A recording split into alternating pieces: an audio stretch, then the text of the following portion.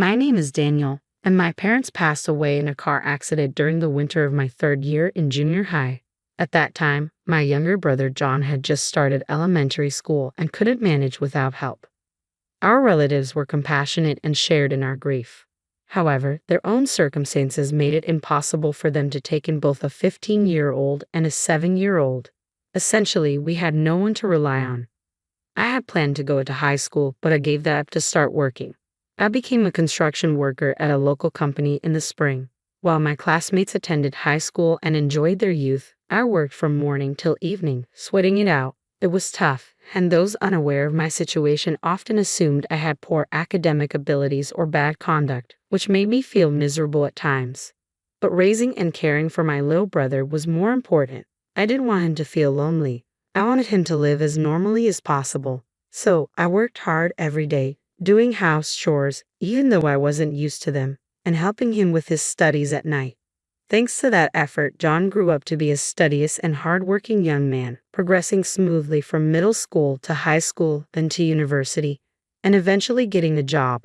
He is intelligent and diligent, the pride of my life. When John went to college, a relative who helped him financially said, "It's because of you, Daniel, your hard work that John grew up so well." I was prouder than ever. One day, my adorable younger brother brought his girlfriend home. She was the daughter of a large company, well-mannered and smart. Although I wouldn't use the term mismatched social status nowadays, given our circumstances, their relationship felt exactly like that. John was clearly smitten, but I felt intimidated by her refined aura. Moreover, we never had much female company in our house, so I had no experience entertaining women, which made me very nervous. Despite my nerves, it seemed worth it. His girlfriend appreciated our hospitality and treated me kindly, acknowledging me as her boyfriend's brother. I envied him for having such a wonderful person as his future wife and wanted them to be absolutely happy. I want to cherish my sister-in-law as much as him, at least at first. Since then, John's girlfriend had visited our house several times. Although she seemed uncomfortable in our small house, she behaved cheerfully most of the time. I was happy to think she was getting used to our home. When it was decided that they were to get married, I felt even more relieved and delighted. However, one Sunday, just about a week before the wedding, I received a call from John's girlfriend. Even over the phone, her voice sounded very different from when she was with him, and she was clearly upset. "Brother-in-law, about John's and my wedding next week, could you not attend?" "What do you mean?" I asked, surprised. "Well, you see, my family has a fair bit of stature. I can understand John being there because he's brilliant and handsome, regardless of his background. But for someone like you, Daniel, who lacks educational and professional credentials, to be part of our family is a bit troubling. Let's say it's not just about me. I can't put my parents through the embarrassment or discomfort." She spoke clearly, not mincing words. John had told me he liked her straightforward personality, but to me, it was just cruel. I understood that legally, you can't sever the ties of brotherhood, so I gave up on that. But at the very least, I would like to pretend you don't exist. All I'm asking is for you to not attend the wedding and not be present at family gatherings. Can you do that for the sake of John's and my bright future? Regardless of how she felt, I couldn't deny her words when she said it was for John's bright future. After all, I had lived my life up until now for his happiness. I couldn't go against that, even if it meant missing his big day. I understand your point. I've lived long enough to have been told about my lack of education and career credentials. If my absence will benefit John and you, I will not attend the ceremony. Is that okay?" "Yes, I really appreciate it," she said. As soon as I confirmed my absence, her mood seemed to brighten. She said goodbye in the cheerful voice I was familiar with and hung up the phone. After the call, I felt a wave of exhaustion and slumped onto the floor. Though I had agreed, it didn't mean I wasn't upset. It was painful to know that someone who was about to become family thought of me in such a way. The most painful part was not being able to attend John's wedding. I had wanted to bring our parents' portraits and celebrate with the four of us as a family. But I couldn't deny it. The truth was that my academic abilities were not strong, and my employment history wasn't impressive. It had been my own decision to give up on pursuing higher education, so the one to blame was me. I was the one dampening his new beginning, casting a shadow over his important milestone. I fell into deep self-loathing and spent the day feeling depressed, unable to focus on anything. When John returned home after work, he shared various things about the wedding reception, honeymoon, and their future life. However, due to what his fiancé had said earlier, I found it difficult to respond meaningfully or engage in the conversation. Daniel, what's wrong? Are you feeling ill? John looked at me worriedly, but I didn't know how to respond. I'm not particularly bright and I'm bad at lying. In times like these, I usually speak up, but I didn't want to say anything bad about the woman who was about to become his wife. However, if he were to say the same thing as her, I could accept it and graciously decline attending the wedding. Realizing the importance of my relationship with him, I mustered the courage to be honest and share all my feelings and thoughts, even though I knew it might make him dislike me. Your fiancée told me that someone who can't exactly boast a life to be proud of shouldn't attend your wedding. She said if you feel the same way, just tell me outright. The most painful thing for me is to be a burden to you.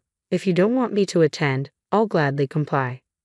With a voice seething with anger from the core of his being, John said, You really think I would say something like that? There's no way I could think something so cruel about the only family I have. After roaring those words, John calmed down a bit. Then, with a look as if he had just thought of something, he said, Daniel, how about not coming to the wedding just as she said? Please, I'd like you to wait for me at home. Is that okay? Wait, what do you mean? The words were quite shocking, but I understood from John's subsequent explanation that there was some thought behind it. There's no need to show up to a celebration involving someone who says such terrible things, Daniel. On the wedding day, although I was told not to come, I was still worried.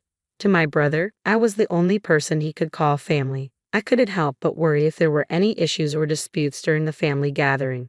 So, I got dressed in my brother's suit and secretly went to the venue. It was strangely quiet at my younger brother's place. I approached one of the staff members who seemed troubled and asked, Sorry for being late, but how far has the ceremony progressed?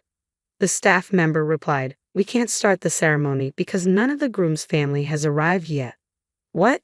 I was led to John's dressing room and asked him, John, our uncles haven't arrived. That's right, Daniel, he replied. I told them not to come. Why did you suddenly tell them not to come? I asked, confused. If I told our uncles and aunts what you've been told, they'd say, Well, we're the shameful relatives who couldn't help when you needed, so they wouldn't attend the ceremony. That's why nobody's coming today. I just thought I'd eat the food and go back. It's a waste otherwise. That's completely outrageous. I couldn't hide my shock. Why would the entire family go to such lengths to make things difficult? It was supposed to be a day of celebration for you. What could have possibly led them to such a decision? Seeing my distress, John reassured me. I loved her, but I can't forgive her for what she said to you. My proud uncles in our family feel the same way. If she can't consider you as family, I can't be part of hers. I'm thinking of breaking off the engagement. Just as John finished speaking, a woman burst into the room. It was John's fiancée, still in her bridal gown. How long are you going to keep me waiting? We're already past the start time, she said, agitated. John replied calmly, At the very least, none of my family will be coming. Daniel here didn't come for the wedding. He's just here to see me. Let's just have our meal and call it a day. As for you and me, we can't get married. I'd like to say this engagement never happened.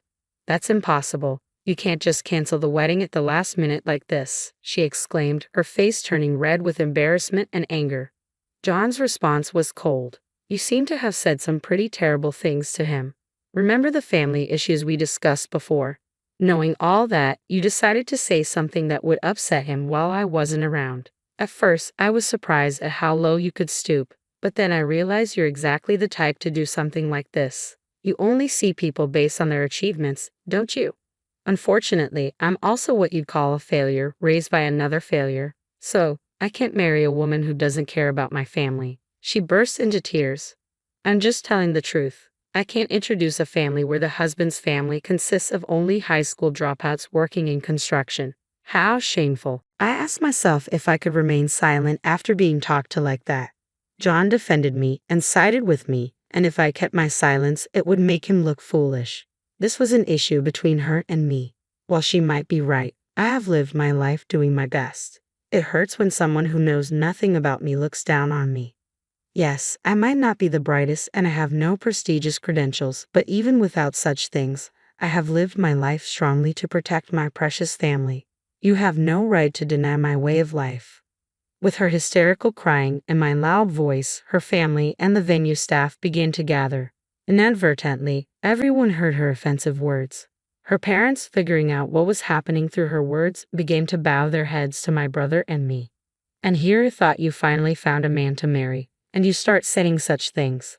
I thought I could finally relax, thinking you were going to move out. Her father, his head in his hands, scolded her. We deeply apologize.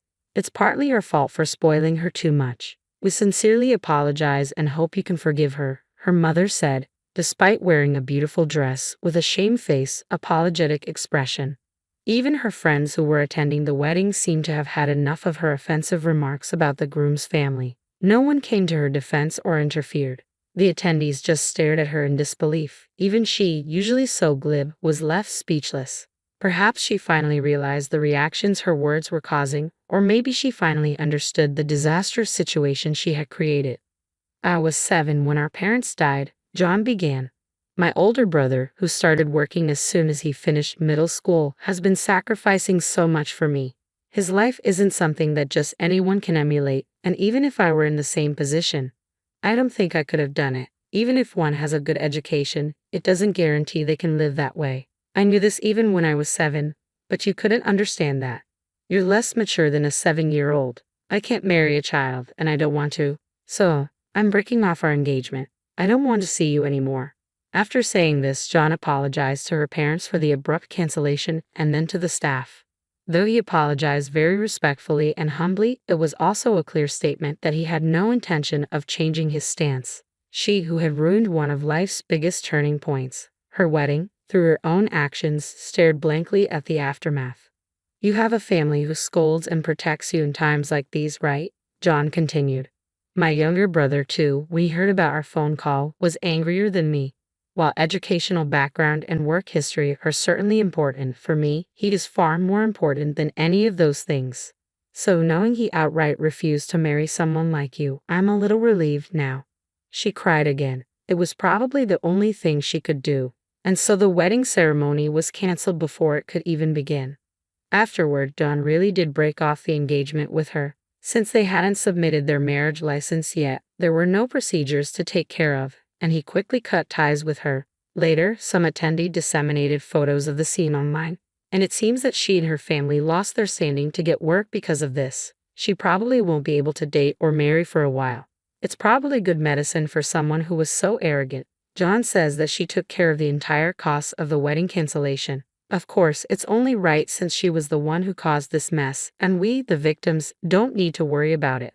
I'm grateful to him. I don't know anyone else who would get so angry for me, not just because we're family, but because he respects me as a person. Although this wasn't the ideal circumstance, I got to learn this again. After this incident, it feels like our bond as brothers has deepened even more.